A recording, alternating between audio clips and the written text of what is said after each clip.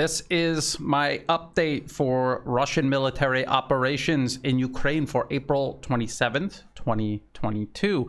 And a lot of information is coming out every single day. I didn't think that I was going to be doing another update so soon, but sure enough, a lot has been coming out. So I'm going to go over a briefing from the Pentagon, as always, but also, as a matter of fact, I'm going to start with Secretary of Defense Lloyd Austin, this news conference that he did after what they're calling the Ukraine Defense Consultative Group meeting. This was at Ramstein Air Base, Germany. This is the, Friends of Syria style format where they bring in all of these countries and they all talk about what weapons they can flood the country in question with. Friends of Syria, obviously, they were pumping weapons, money, and training into terrorist organizations operating in Syria. And now they're doing it in regards to Ukraine. And of course, we remember how the situation in Syria ended up. These terrorists that they were arming and backing and training, trying to train standing armies and send them into Syria. That's not how war works, and it didn't work. As soon as Russia entered the conflict, at the request of Syria, they destroyed the supply lines, and the fighting capacity of these arms groups collapsed. They made contact with the enemy all across the country. They sent a designated assault group around the country from city to city, taking them back. And most of Syria's most populated cities are now back under the control of the Syrian government, with the exception of Idlib and territory to the east of the Euphrates, which is occupied by the US and its proxies. And it's a standstill, it's a stalemate there. And I think there are many parallels. And as I go through this, you're going to see how a situation like that could take shape in Ukraine. So let's start with Secretary of Defense Lloyd Austin, this news conference after the Ukraine Defense Consultative Group meeting at Ramstein Air Base. And of course, I have all of this in the video description below. This is the transcript. And also, if you go all the way to the bottom, there's actually a video, so you don't have to read through all of it. And I'm going to go over a few points, and then, as I always do, I'm going to bring in other relevant information to help explain and make sense of what they're talking about. So before we even get started, how about a full disclosure here? Defense Secretary Austin came into this position as Secretary of Defense from the board of directors of Raytheon. Raytheon makes the Javelin and the Stinger missile. So the anti-tank Javelin missile and the anti-aircraft missile, the Stinger missile. And they do that, they co-produce it with Lockheed Martin. There's different systems that they contribute to make these. And actually going to get into the Javelin and the Stinger missile here in a little bit. That's Secretary of Defense Lloyd Austin. He is helping perpetuate a war in Ukraine to hurt Russia. This is his own words. He said they're doing this to hurt, to degrade, to undermine Russia. A proxy war fought to the last Ukrainian, and in the process make billions and billions of dollars for a company that he was just on the board of directors of. Keep in mind, when you listen to people like Secretary Austin and the people around him, when they talk about how they're fighting for democracy, this massive conflict of interest that he's involved in, how it's going completely unaddressed, how he is helping perpetuate a war that is making billions for the company he sat on the board of directors of. Just keep all of that in mind. This talk about democracy, defending democracy and Western values, this is a smokescreen behind which these horrific crimes are conducted. So let's get into the briefing. First, he announces that this consultative group meeting will take place every month. So they're going to do this every single month. He also announced that the U.S. arms industry needs to ramp up production, and they're going to do that with huge sums of cash from the U.S. government, from the U.S. taxpayers.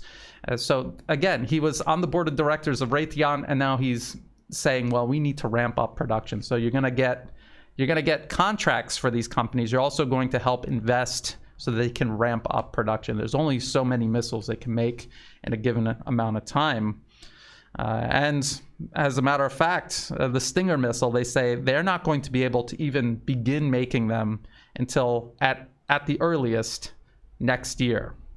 And it takes 32 months to replenish Javelin missiles. And I got a couple of articles here, right here. As Raytheon struggles to replenish Stinger missiles, lawmaker pushes Defense Production Act. So that's Secretary Austin saying that, and that is what's going on in Washington right now. They're trying to find even more money for these arms manufacturers.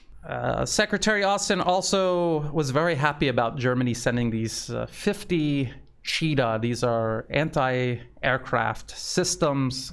They're tracked vehicles. Here, take a look at this. This is from Defense News. Germany sending Gepard air defense tank to support Ukraine defense.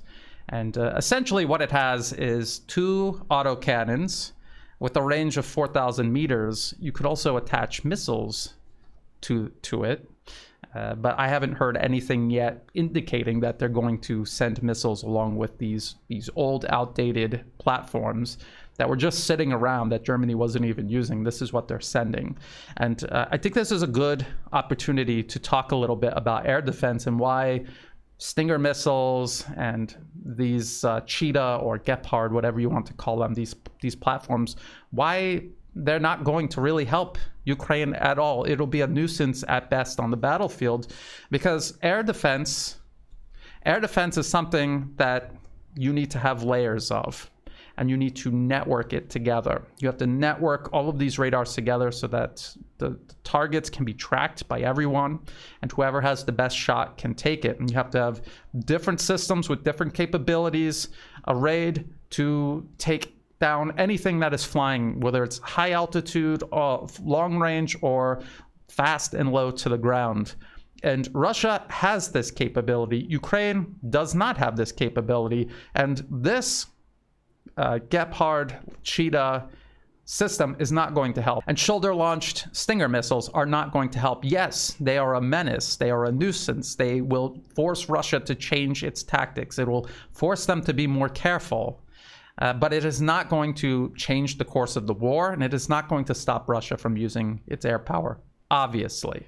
If and when these Gepard systems reach Ukraine, there's going to be only 50 of them, and what it's going to do is just be another thing that Russia looks for when they're sweeping an area that they are interested in and will use air power over, sweep it to make sure that there is no danger to its aircraft. That's all that's going to do. It's just be another target for Russia to hit. And again, the autocannon has a range of 4,000 meters. There are many aircraft that Russia employs that can hit targets from much further off than 4,000 meters. As with all of these heavy weapons, there's going to be weeks of training if you want these systems to be employed effectively. If you just want them to be able to drive it down the road, squeeze off a few shots, then maybe not. But to be used effectively, it'll take weeks at the least, much longer, most likely. And then, of course, this is a system that Ukraine doesn't have, so all of the spare parts will have to come from Germany. The maintenance crews will either have to be trained alongside the operators in Germany, or they are going to have to send these machines back to Germany or to the far rear or to Poland or to somewhere to be repaired by German mechanics. So it's not practical. This is not actually practical aid for Ukraine. Just like with all of these other systems the U.S. is giving them. The U.S. and its allies are giving them. I want to talk about air defense. I want to show you how much more complicated it is than just shooting missiles into the air. So this is from CSIS Missile Defense Project. CSIS is a U.S. government and U.S. corporate funded think tank. I've referenced them many times in the past. These are the think tanks that come up with U.S. policy, which is then crafted into a bill by lawyers and sent to Washington with lobbyists. That is how U.S. policy actually works. And so when they talk, people should listen. They publish all of this publicly. And in this case, they're talking about Russia's air defense. And it says During the Cold War, the Soviet Union invested heavily in its air defense systems. As a result, Russia now possesses some of the most advanced air and missile defense systems in the world. That is a U.S. government-funded think tank saying that. That is not Russia's arms exporters saying that. Current Russian air defense doctrine follows a three-tier approach. This layered system allows Russian air defense forces to create anti-access area denial zones that can be difficult to penetrate. The highest tier of these defensive networks uses long-range systems such as the S-200, S-300, and S-400, providing air defense bubbles potentially up to 800 kilometers in diameter. These zones are typically augmented by the second tier, which includes medium-range systems like the 9K-37 Buk and its variants. This medium-range layer is intended to increase radar coverage within the air defense zone and augment the more limited inventories of longer-range interceptor missiles.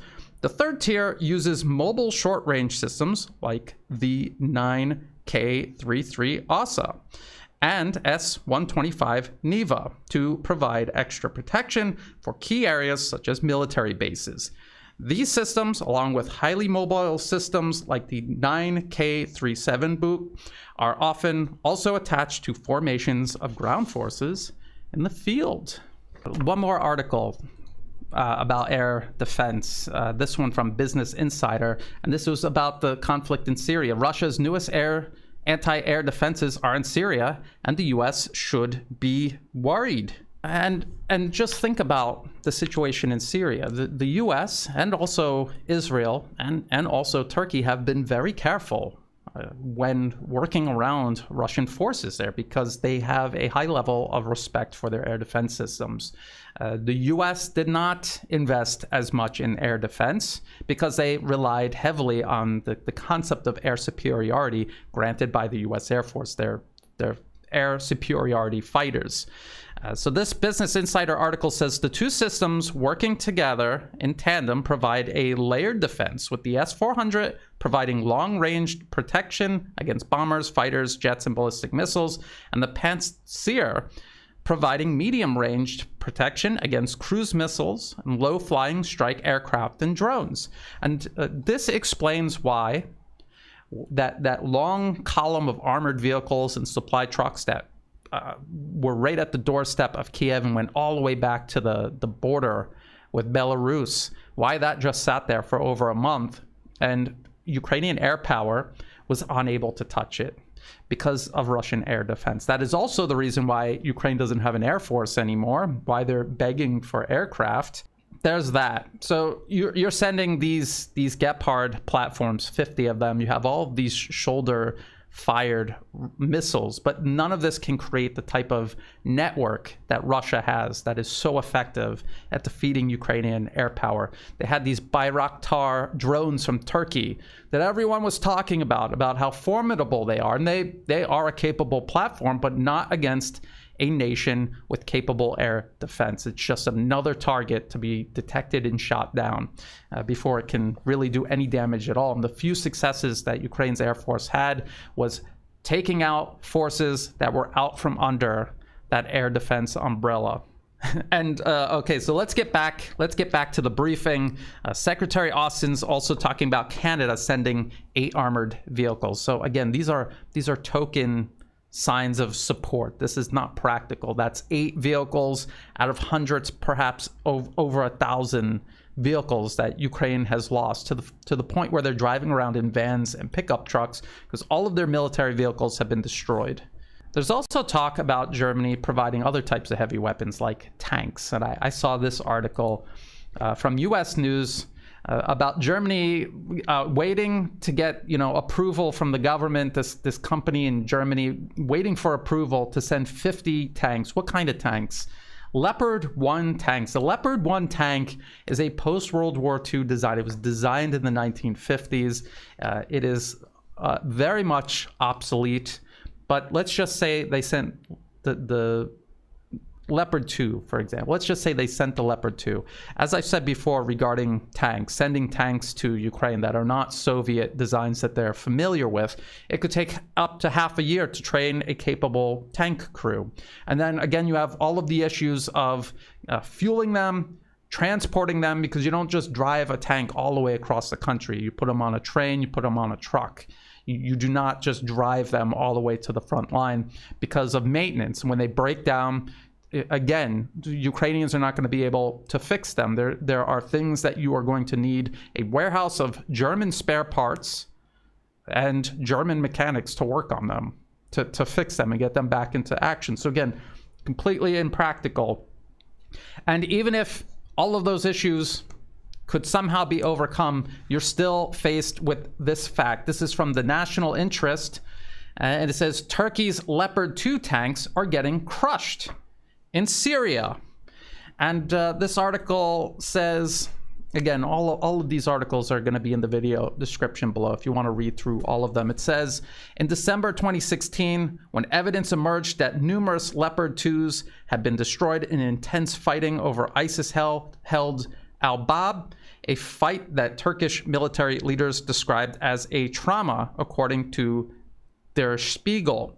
A document published online listed ISIS as apparently having destroyed 10 of the supposedly invincible Leopard 2s, 5 reportedly by anti-tank missiles, 2 by mines or IEDs, 1 to rocket or mortar fire, and the others to more ambiguous causes. And that was to ISIS. These are irregular fighters. Russia, obviously a much more capable and well-organized and better equipped fighting force. Germany sending, they're saying 50 Leopard tanks. Again, we'll just bog down manpower and just end up destroyed alongside all of Ukraine's tanks that they started the war out with, that are now gone, necessitating these sort of very desperate attempts at aiding Ukraine and its efforts. Also, during this news conference with Secretary Austin, someone asked about Moldova. You know, he really didn't answer the question. I mean, he has no idea what's going on there, and he just said they're investigating it. And I want to show you this Business Insider article, this one right here. In Transnistria, controlled by pro-Russia separatists, a fear of war and a toast to the death of Putin. And this is a really revealing propaganda piece. It cannot be taken seriously as journalism, but it is a piece of propaganda that is trying to create a narrative and a justification for escalation around this conflict. This article attempts to portray whoever is, there's these terrorist attacks in Transnistria, which is a breakaway part of Moldova. And they're trying to act as if the attacks inside this pro-Russian breakaway region, is somehow Russia trying to create another front. And take a look at the map here. Okay, this is Ukraine. This is live uamap.com, and it's very pro-NATO, pro-US, pro-Ukraine. And you can see in red, this is territory that Russia currently holds. And Transnistria is right here. And you see this big gap here. Right now, Russian forces who hold the city of Kherson, they're trying to advance on Nikolaev. Beyond Nikolaev is Odessa. If they were able to take Nikolaev and Odessa, then yes, Transnistria would be very well within reach of Russian forces. But as it is right now, that is not the case. If there was some crisis, security crisis in Transnistria, it would be a logistical nightmare for Russia. They have no way of inserting a sizable force there, you know, depending on what Ukraine actually does to threaten Transnistria. They have no way of inserting and then supplying a sizable force to do anything regarding Transnistria. If they can reach Odessa, then yes. If Ukraine's combat capacity is degraded enough, then possibly they could do an amphibious operation and build some sort of logistical bridge from the shore to Transnistria. That's possible, but only if Ukraine's combat capacity is significantly degraded, and I don't think that it's there yet. So someone trying to escalate around Transnistria is someone other than Moscow, who definitely right now is not in a position to take advantage of that. What I can tell you, though, is that if that happens, if they do that, if Ukraine does this to try to escalate, because it's complicated. Moldova is very close to Romania. Romania is an EU member and a NATO member. Ukraine is trying to escalate this and drag in the EU and NATO. That's what they're trying to do. It all depends on how Russia reacts to this. Now, they could just turn up the intensity further within Ukraine. And by that, I mean, this was really a special military operation. It was not a full-scale war. It still isn't. Up until now, Russia has been sparing Ukrainian infrastructure, but because Ukraine is also hitting targets inside of Russian territory, they have started taking out more and more essential infrastructure, including the railways.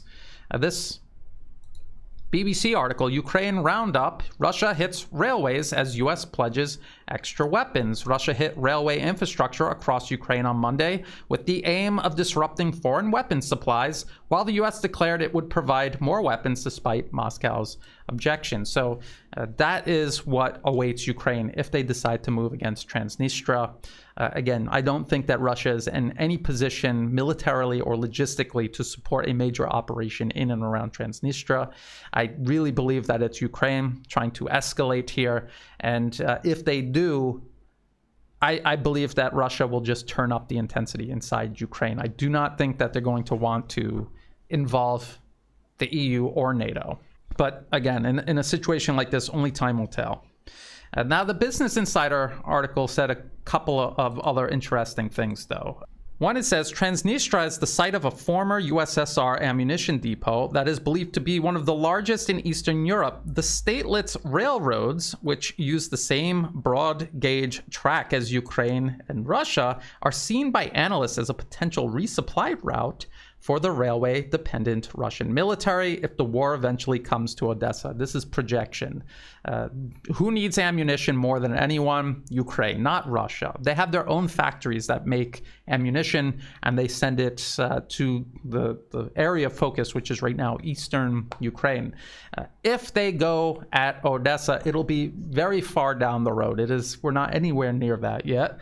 And so they're not going to create a conflict around Transnistria now. The only one who would do that would be Ukraine to get their hands on that ammunition, to deny it. Russia down the road when it is time for Russia to move on Odessa, if they do.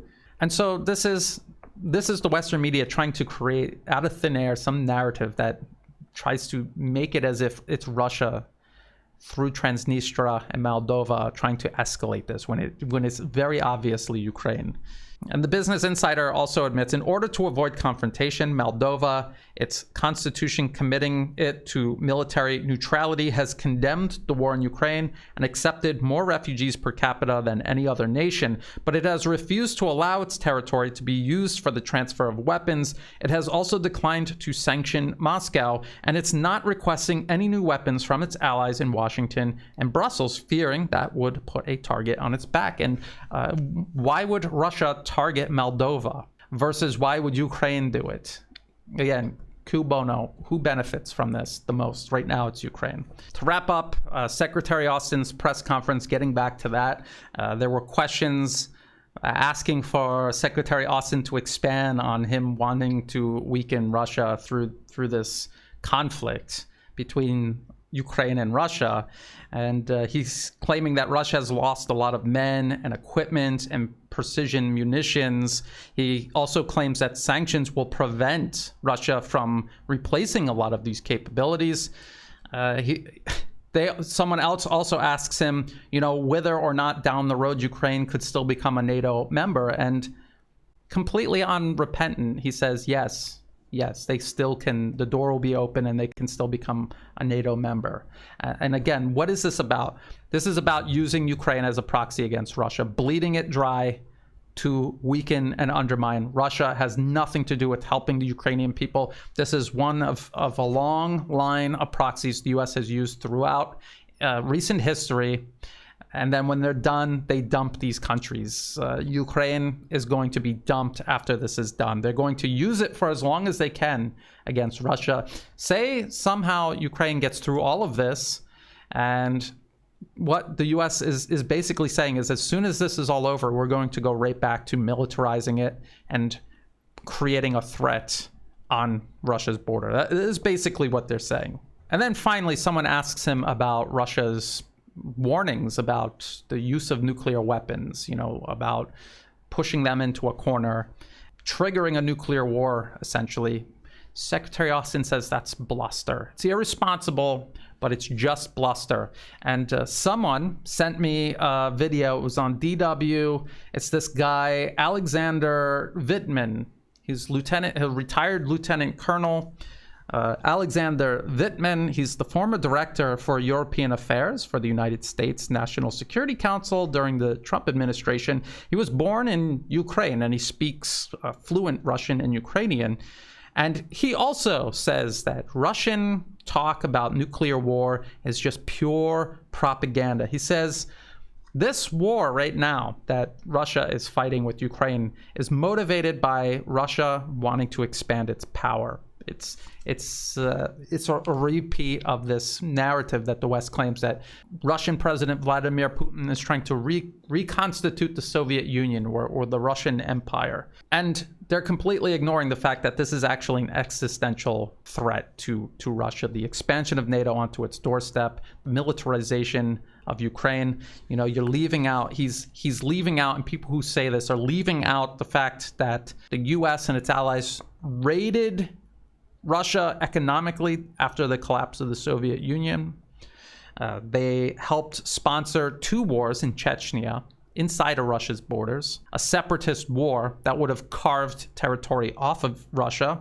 In addition to the NATO expansion, the U.S. and its NATO allies have attacked and destroyed allies of the former Soviet Union and of the Russian Federation. We're talking Iraq, Libya. They attacked Syria. They're still occupying part of Syria.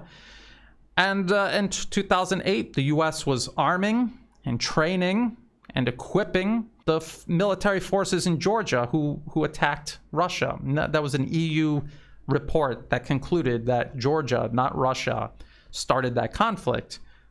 And so when you add all of that together and you look at this pattern of behavior from the West, it is very clear that Russia feels threatened. They can see this encirclement. They can just listen to someone from the Atlantic Council talk about how eventually they'll absorb Russia. And this fight that they're fighting is not to expand their power, it's to preserve their existence. And so people like Alexander Wittman claiming that this talk about nuclear wars is just bluster, it's propaganda, they don't mean it. That is a miscalculation if he actually believes that. And the reason someone sent me this video is they wanted to know if he really believed this or if this was just him reciting propaganda. You can watch it. I put the link in the video description below. You can watch it. You tell me whether you think he's really buying his own story or he's just making things up to push an agenda.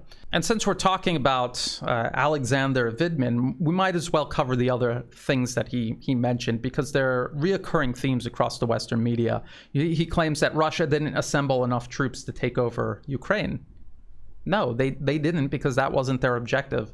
Russian President Vladimir Putin, the day it started, this military operation started, said the goal was to demilitarize, denazify, and defend Donbas.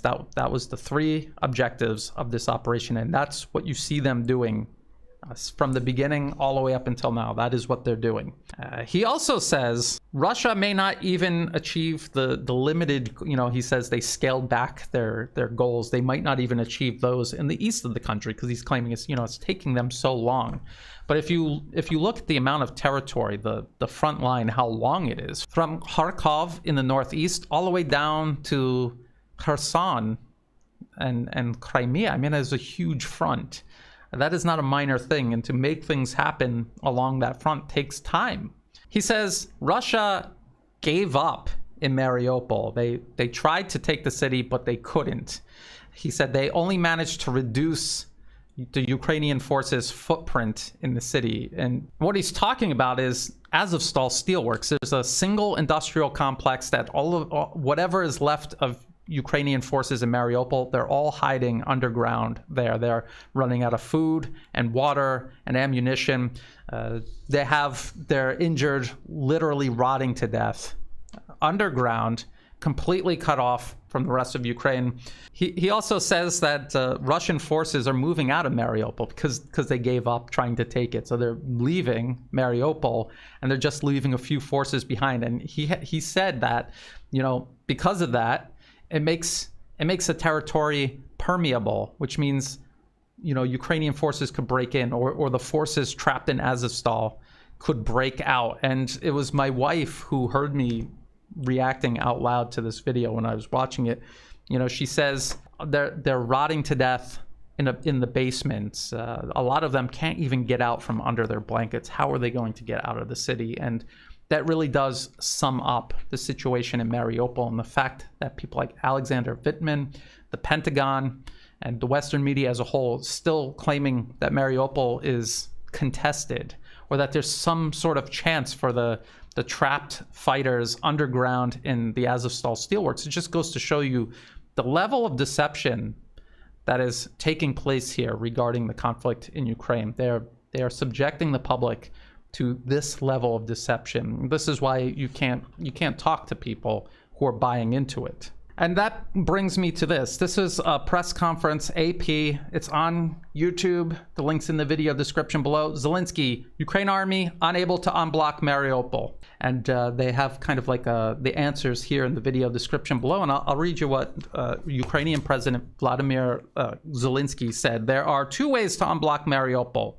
The first one is serious, heavy armed help that we and they, Ukrainian troops in Mariupol, are counting on. With common actions, we can unblock Mariupol.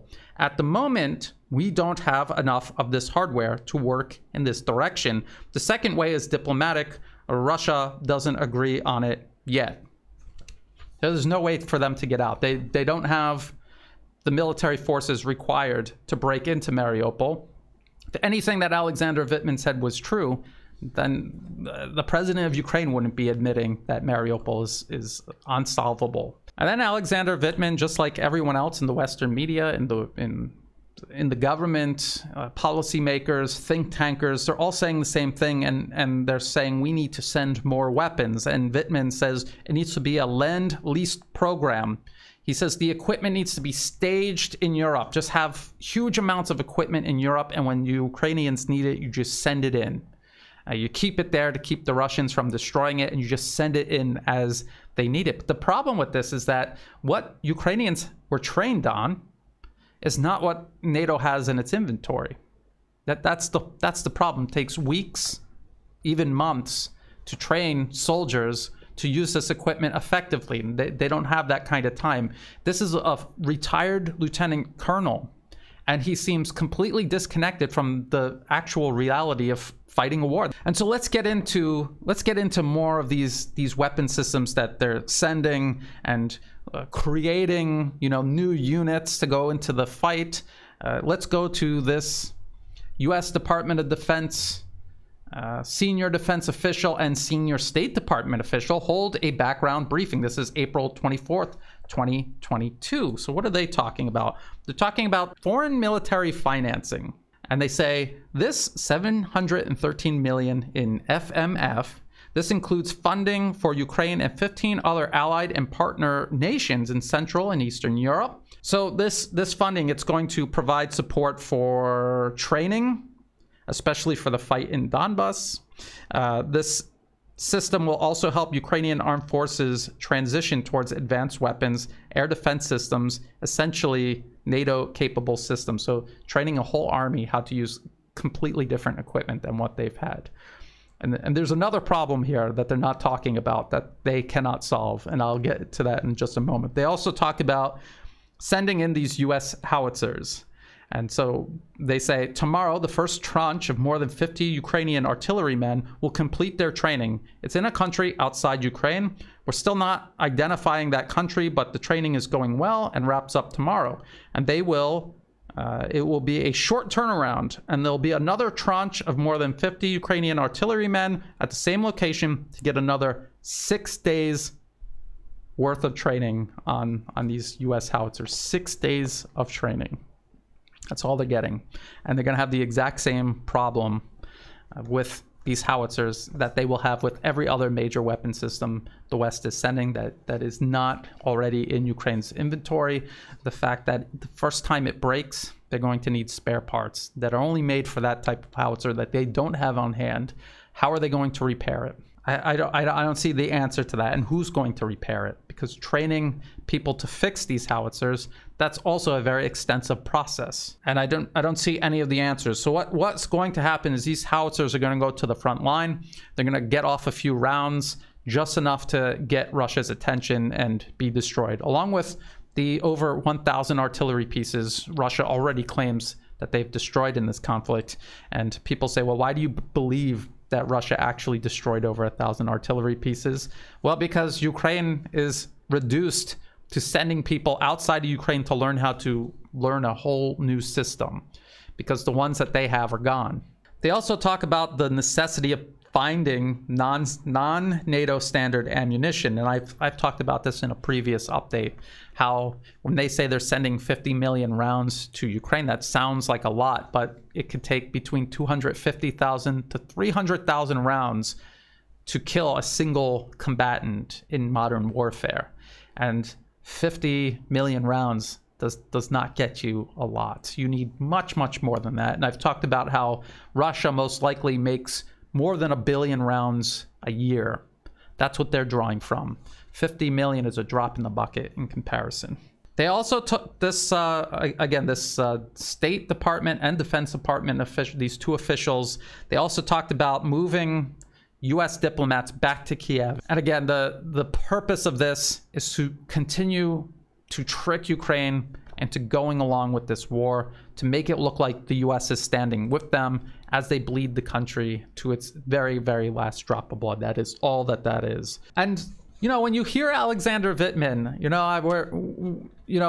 it sounds crazy when you hear someone say that Mariupol is still contested, but, he's saying it and you're saying, well, he's retired. He doesn't hold any significant position right now. So what? So he says that. Well, the Pentagon says that. It says, and this is a quote, "We still consider Mariupol contested. The Ukrainians are still there.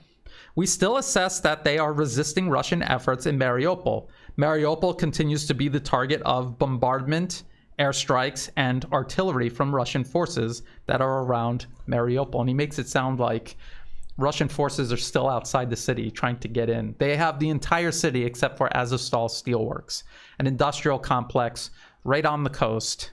And that's where all of these whatever's left of Ukraine's military in Mariupol is underground in these Azovstal Steelworks. They have no fighting capacity. They're done. They're just trapped in there and they refuse to come out. They have probably enough ammunition to make storming the steelworks costly, but they don't have enough to break out. They don't have enough to continue fighting above ground, which is why they're all hiding underground. That is not a city being contested. And then this briefing discussed other types of training that the U.S. is providing and U.S. allies are providing.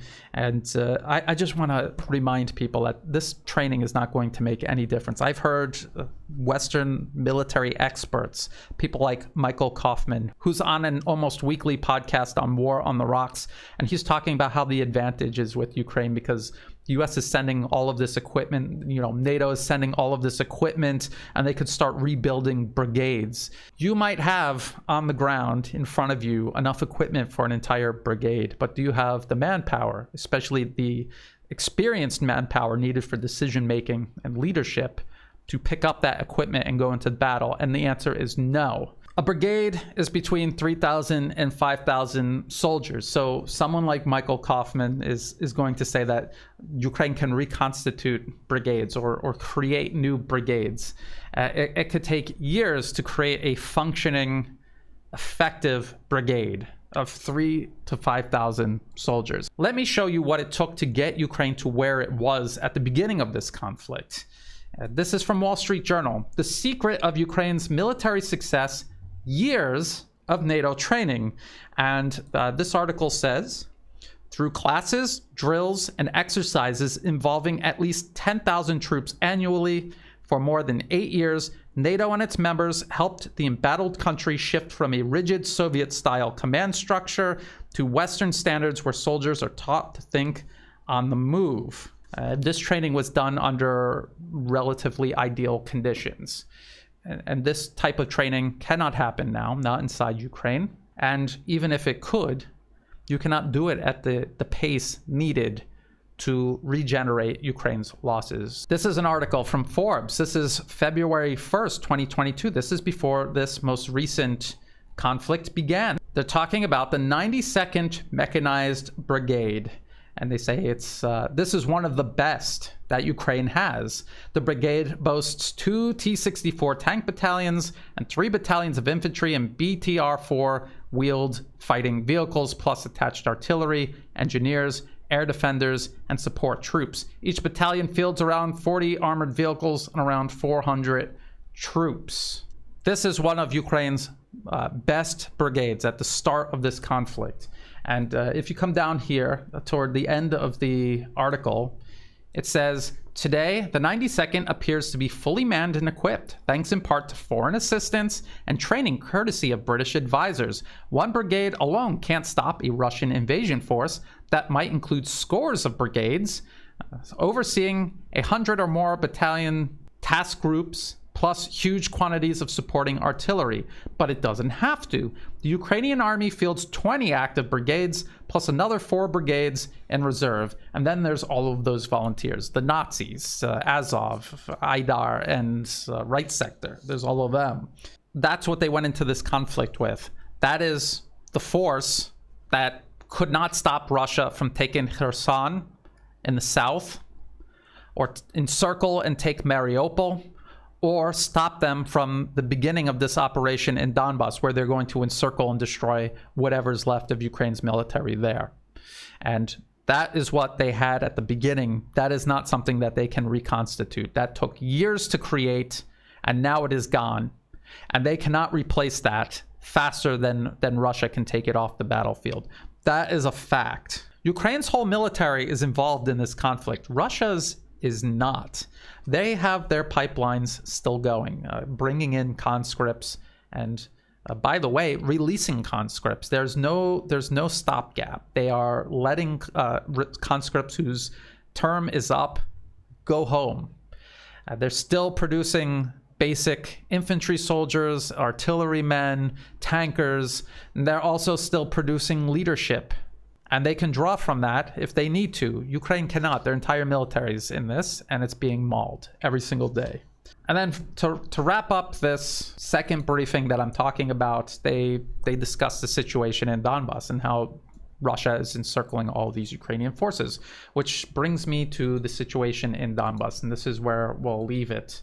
I was directed to this Politico article, this one right here. Politico: heavy weaponry pours into Ukraine as commanders become more desperate. Russian forces are attempting a pincer movement on Ukrainian forces in the Donbas. Will Western artillery, tanks, and drones get there in time? And I would add, will it make any difference even if it does? And I don't think that it will.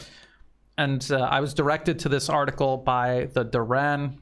The Duran does geopolitical analysis. It is excellent. They are on YouTube. They are on Rumble. They are on Telegram. I will put the link to their different platforms in the video description below. If you're not following them, you should. You should be. So let's read a little bit from this Politico article. It says, 80 miles north of the city, First Lieutenant Ivan Skuratovsky, serving in the 25th Airborne Brigade, told Politico that help needs to come immediately. The situation is very bad. Russian forces are using scorched earth tactics, the 31-year-old married father of 2 said via text. They simply destroy everything with artillery, shelling day and night, he said via text. He fears that if reinforcements in the form of manpower and heavy weaponry, particularly air support, don't arrive in the next few days, his troops could find themselves in the same position as those in Mariupol. Guratovsky described his soldiers' situation as very desperate, and I'll just add that if you follow this conflict via Telegram and you see the photos and videos coming out every single day, what he's saying in this Politico article is what you see in photos and videos from the Ukrainian side and also from the Russian side. So let's continue. I don't know how much strength we will have, he said, adding that the troops under his command around the city of Avdiivka near Donetsk, and this is the city where they shell Donetsk from and kill civilians on a regular basis. I just thought I'd throw that in there. Have gone without rest since the start of the war. At least 13 of them have been wounded in recent weeks, he said, and they are running dangerously low on ammunition, reduced to rationing bullets. I've talked about the ammo shortage before, and I've talked about how what the US is sending them is not enough. So they will always be low on ammunition, and Russia has what is essentially, in practice, an indefinite supply of ammunition. The day before, he told Politico, his soldiers were being bombarded with Russian howitzers, mortars, and multiple launch rocket systems at the same time. Of course, this is the quite essential method of waging war for Russia. Just hours earlier, he said, they had been attacked by 2 Sukhoi 25 warplanes, and our day became hell. Guratovsky had a message for the United States and other NATO countries. I would like to tell them that grenade launchers are good, but against airstrikes and heavy artillery, we will not be able to hold out for long. People can no longer endure daily bombardments. We need air support now. We need drones. Unfortunately for this Ukrainian first lieutenant trapped with his dwindling number of men in the Donbas region, nothing that the US and its allies send is going to change anything. Even if somehow they were able to come up with a whole new air force to hand over to Ukraine, it would just get shot down again. Russia has, as I've explained at the beginning of this video, the best air defense systems in the world, even according to the West itself. The West does not have comparable air defense systems to give Ukraine. That means that Russia is going to shoot down everything Ukraine puts up into the air, and Russia is also going to be able to continue using its air power, I wouldn't say with absolute impunity, but almost anywhere and at any time they desire. The only way the situation in Ukraine could be turned around is if NATO decided to intervene directly, and I wouldn't discount it, and I wouldn't underestimate NATO's fighting capacity. What I would say is the most likely scenario is NATO entering Ukraine, probably at the very last minute, securing some sort of buffer zone like they did in Syria.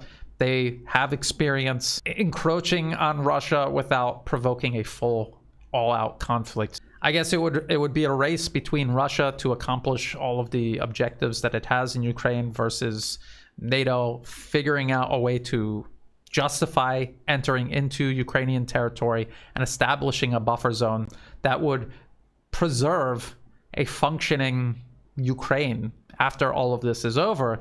And what it looks like is that Russia is going to try to completely take Ukraine's coast and leave whatever's left of Western Ukraine landlocked and essentially a failed state. And this escalation that looks to be brewing in Moldova and Transnistria, this could be some sort of precursor to a move made by NATO to try to preserve Odessa and at least a part of the coast, to preserve Ukraine and its access to the sea as some sort of functioning nation state when this is all said and done.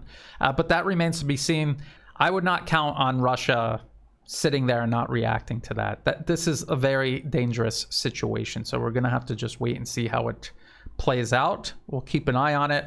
If anything major happens or if more information comes out, I will do another update. Until then, if you thought this video was useful, please like and share. Think about subscribing. It's free to do. It helps the channel grow. If you're watching this on YouTube, check the video description below for other places you can find my work, just in case YouTube decides to delete my channel. I'm on Odyssey, I'm on Rumble, I'm also on Telegram, very active on Telegram. In the video description below, you're going to see all of these links that I went over.